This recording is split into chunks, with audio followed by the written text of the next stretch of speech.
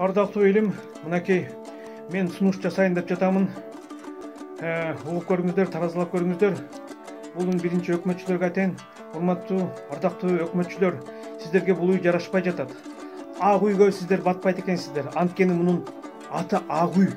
Ал жакта кара иштер, күрөң иштер, көгүш иштер болуп жатса, анда албетте бул сиздерге жарашпайт. Ошондуктан ак үй болгондон кийин бул үйдү ак кишилерге берели.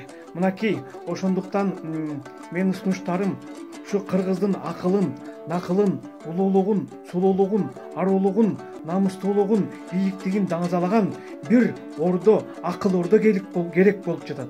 Мына ошол жерге чыныгы кыргыздын акылын, накылын түптөп, ошол жерден кыргыз кандай болуш керек экен деп, анын жан дүйнөсүн агарткан, тазарткан ак үй керек болуп жатат. Акыл ордо керек болуп жатат. Ошондуктан сиздер макул болсоңуздар, ал жака батпай жатасыздар, ырылдашып, чырылдашып жатасыздар. Ошондуктан ак кишилерге берип, акылман кишилерге берип, керек болсо өзүңүз дагы келип, ошол жерден акыл үйрөнүп, мекенди кантип сүйүш керек, мекенге кантип күйүш керек, ошол жактан өзүңүздөр үйрөнүп алат элеңиздер. Ошондуктан сиздерден сураныч, ак үйдү кыргыздын чыныгы акылына, накылына, агына бериңиздер. Сиздер болсо колдон келишинче башка жака эле салып, аны ак үй эмес же көк үй деп атайсыздарбы? Мына сиздерден ушундай сураныч.